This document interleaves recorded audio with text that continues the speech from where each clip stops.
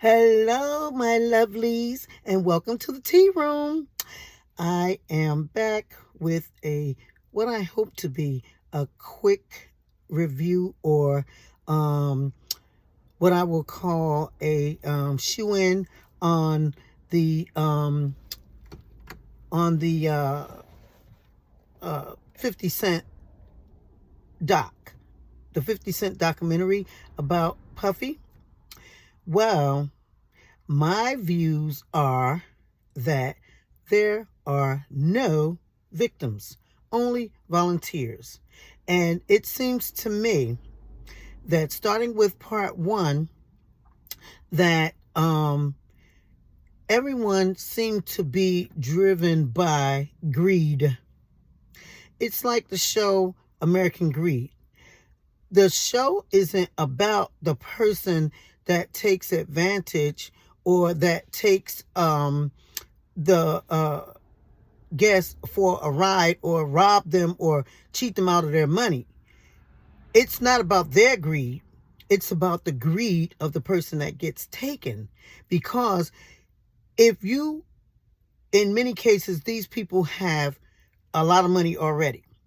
But because of their greed, they get taken in by someone saying, okay, give me $2,000 and I'm going to give you back via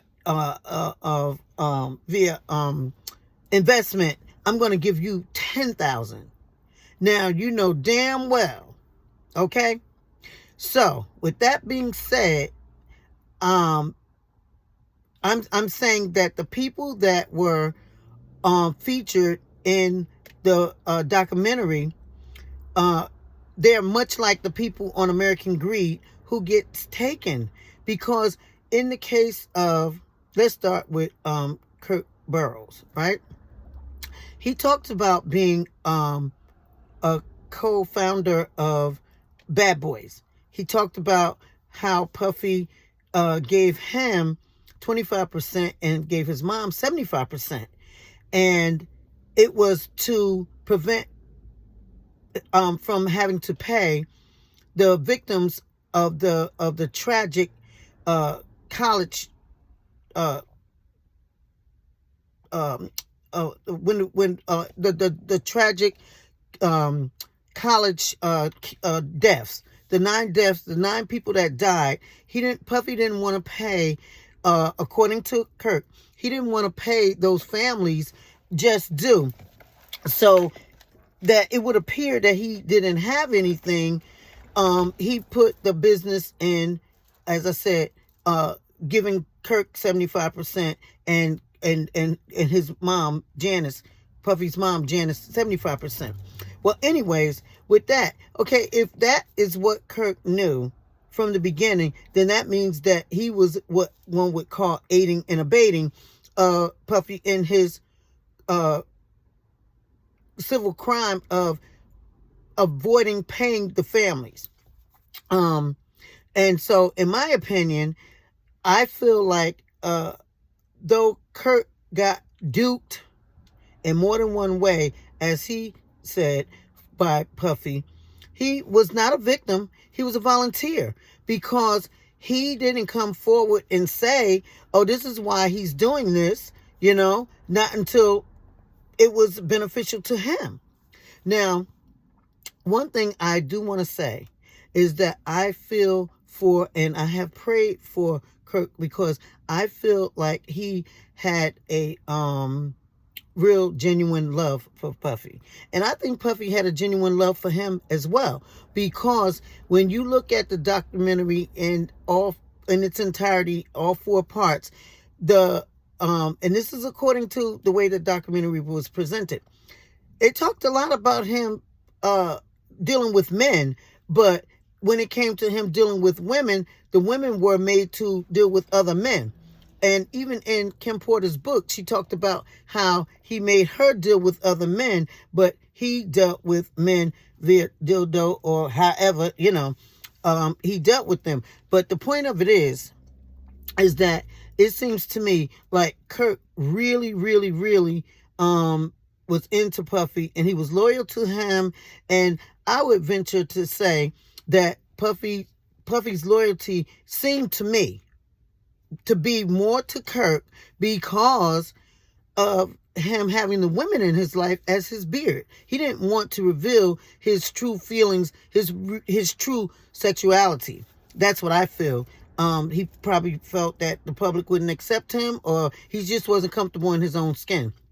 But I really, really, really do feel that that Kirk really did have a true, genuine love for Puffy, as I said, and I feel that Puffy had a genuine, true love for him as well. Because you think about it, when he talked about that, Puffy had taken $1.5 million and put in his own pocket, and then he gave Kirk $1.5 million to for himself and to run the business. Now, isn't that similar to what a man would do when he gives his wife or his woman half of the monies that he makes? He would give her half to run the house, and he keeps half in his pocket. Now, I'm not saying all men do that, but I'm saying a lot of men would do that. So to me, when I heard Kirk mention that, first thing came to my mind was, wow, he's giving him money as if he's saying, okay, you run the house with this.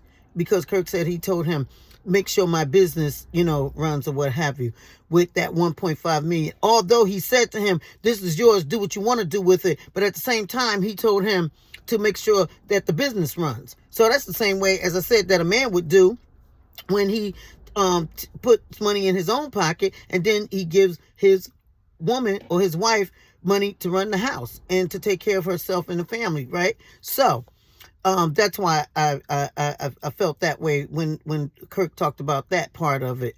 But yeah, as I said, I prayed for him because I feel like he had a sadness of brokenheartedness, not just because of the company and being fired by Puffy, but because of his genuine love for Puffy. And I think that once Puffy fired him, that he didn't trust him anymore. So therefore, he didn't have him around or whatever. And as he mentioned that Puffy had him, he called him on the phone for him to come in and see a woman sucking him off.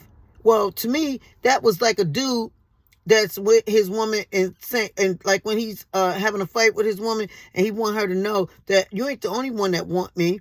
And so I felt that him calling Kirk on the phone and having Kirk come to his desk to see the woman sucking him off was a lover's quarrel type thing, or him trying to let Kirk know, you ain't the only one that can suck me off real good. That's what I got from it. But anyways, that's my take on that part of it.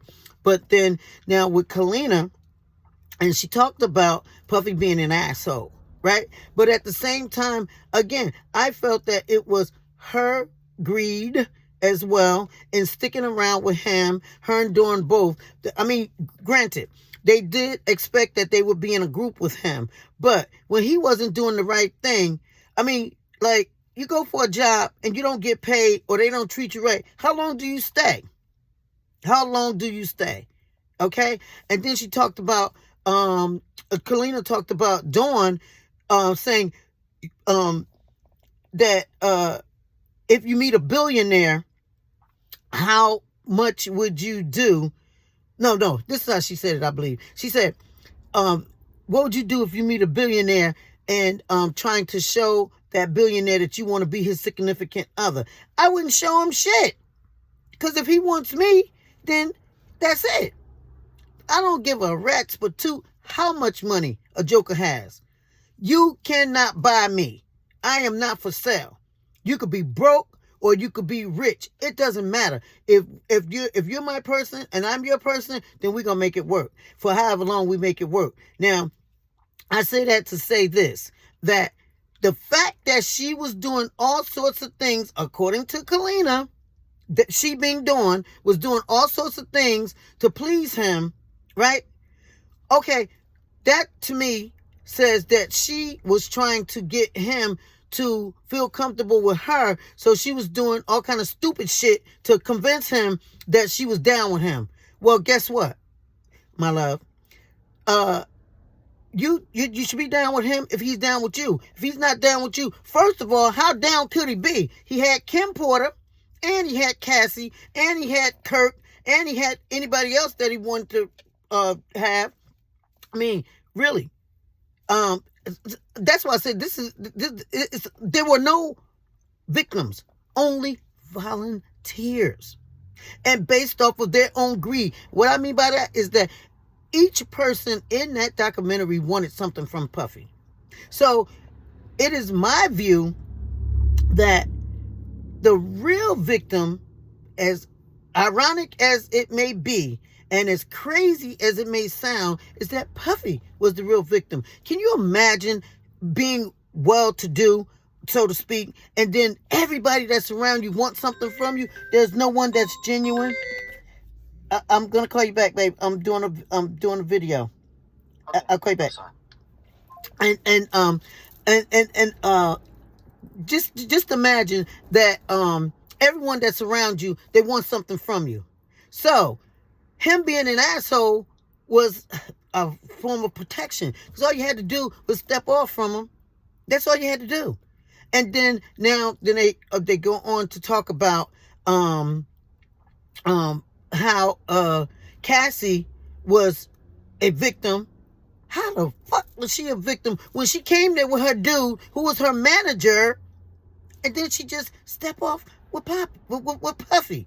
Why? Why would you do that? Okay, you had a manager whom was your boyfriend as well, okay?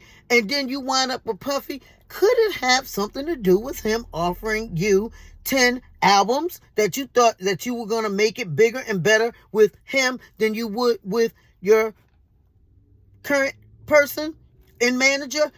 Okay, I'll say yes. That's what it had to do with. Once again, greed. No victims, only volunteers. That's my view. That's my view. That's that's what I see.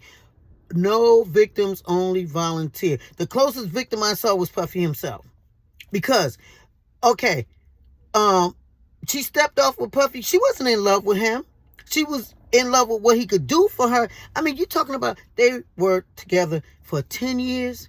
First of all, I want to know how the fuck you sue a joker that you're with for 10 years and say that he did this to you, he did that to you. At what point do you leave? At what point do you call the police? At what point do you pick up something and knock the fuck back out of him? How about that? How about that? That's what I want to say. How about that? And I feel that even though this wasn't in the documentary, I feel that based off the court case and all like that, I think that Puffy's trainer, the one that Cassie left Puffy for and married him, there's a pattern there. She left her manager. What was that dude name? Ryan, I think. She left him and stepped off with Puffy. Then she left Puffy and stepped off with the manager. I mean, with the trainer. I think that the trainer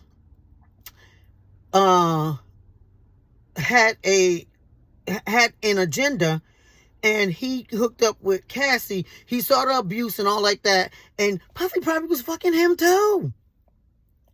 He fucking everybody else, you know? So I think that that Puffy, that the trainer, Cassie's husband, I think that he was using her. He set her up to marry her, and this lawsuit was a plan all the time. He needed to throw the kids up in there, to throw everybody off, and because you think about it, everybody else that spoke to, put their hands on, or had any dealings with anybody that Puffy dealt with, they got dealt with. Kid Cudi, they tried to kill him.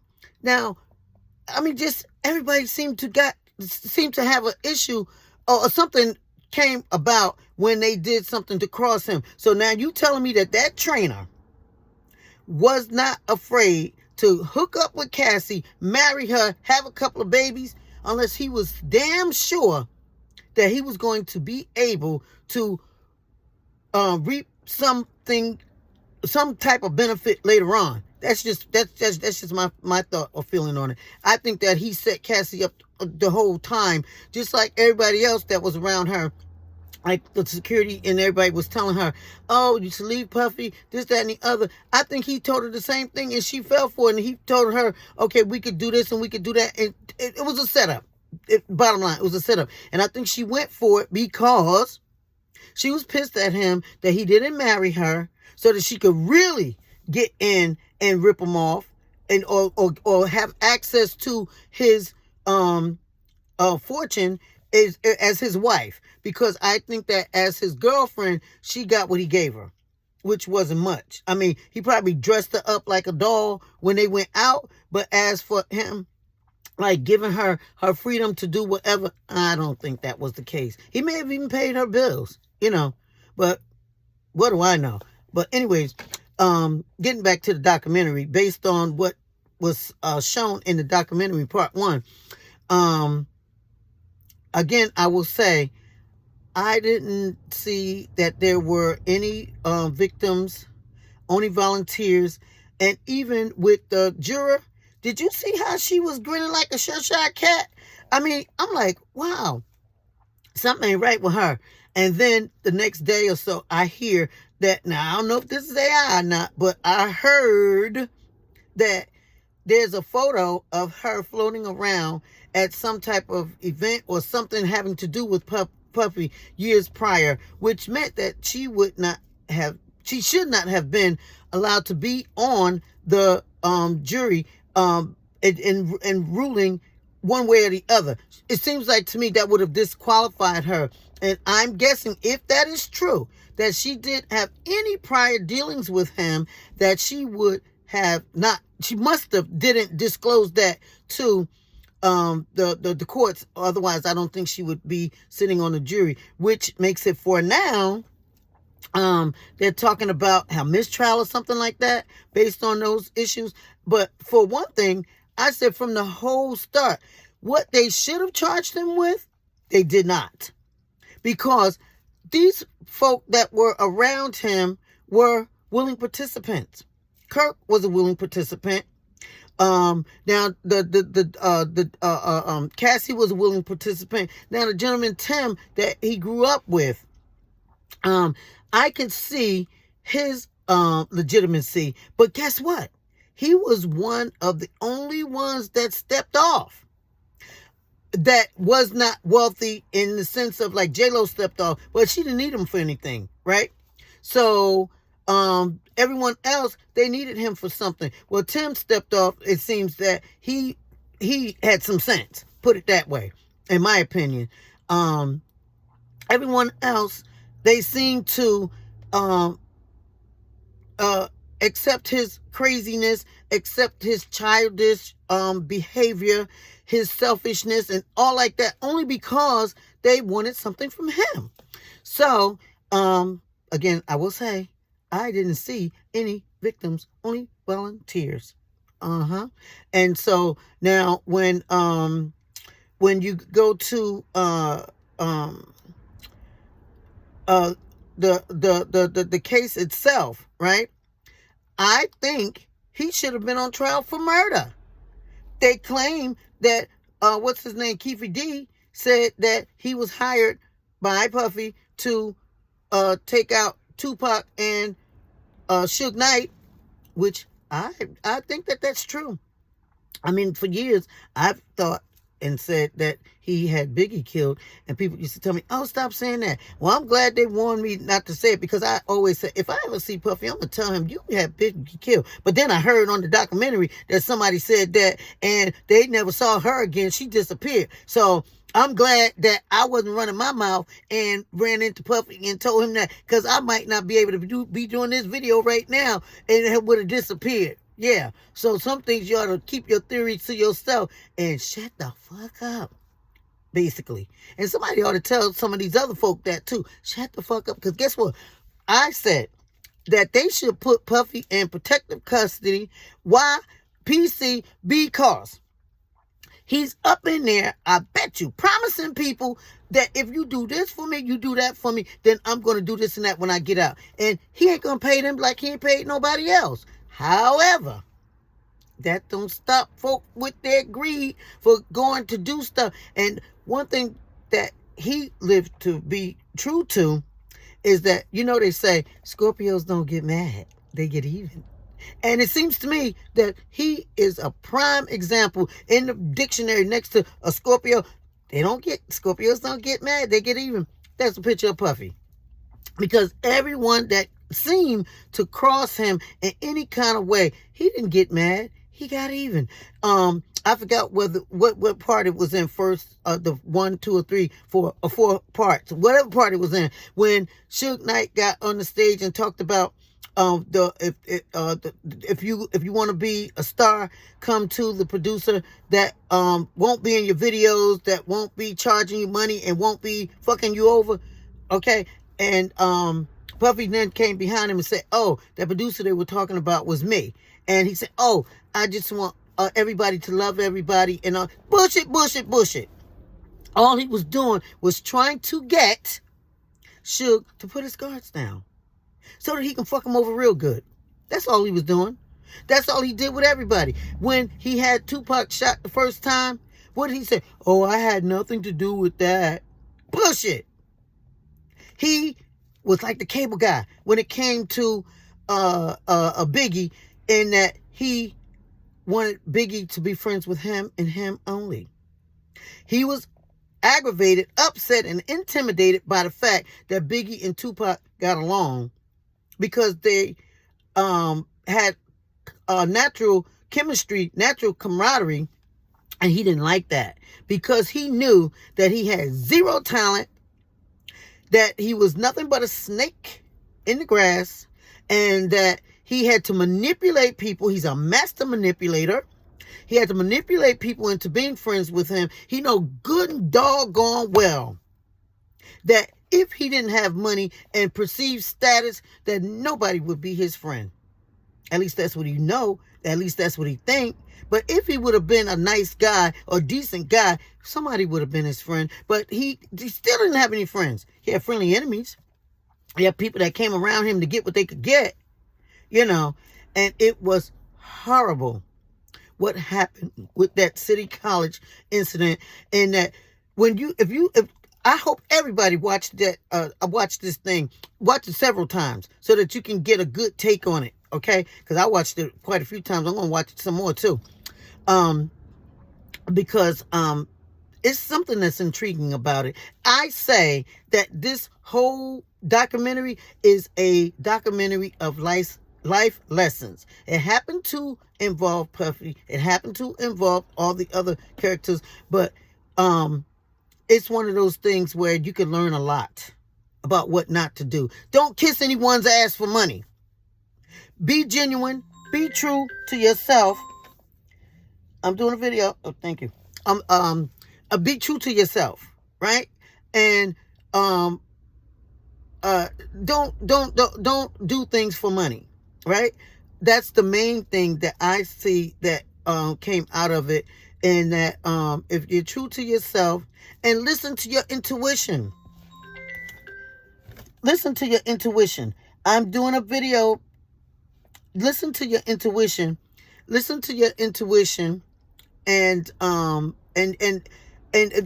meaning that your gut. Listen to your gut. Biggie felt that he was going to be killed. He felt someone was going to kill him if he had listened to his gut. And I don't like to say if when it comes to something like that, but I'm going to say if he had listened to his gut, then things would have been different. Tupac, when he was going to the studio, he said, "Why they keep calling me? What's going on?" Whatever. When he said he stopped to get weed and he smoked some weed, his gut was telling him something was wrong. He didn't listen. And we all have had a situation where we say, "Damn, something told me this, something told me that," and we didn't listen. This is a life lesson in listening to your gut, listen to your own intuition, and let your spirit be your guide. You understand? So,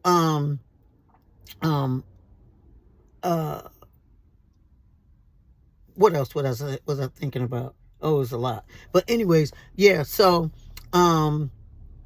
I feel that, this documentary was about life lessons and teaching us about not being greedy, not trying to get something for nothing from people. And I didn't want to make this too long, so I'm gonna cut it off, and then I'll come back with other viewpoints. What I will entitle "No Victims, Only Volunteers" Part 2. So, with that being said, I like to say, if you are interested in liking, subscribing, and what's that other thing? Like, subscribe, and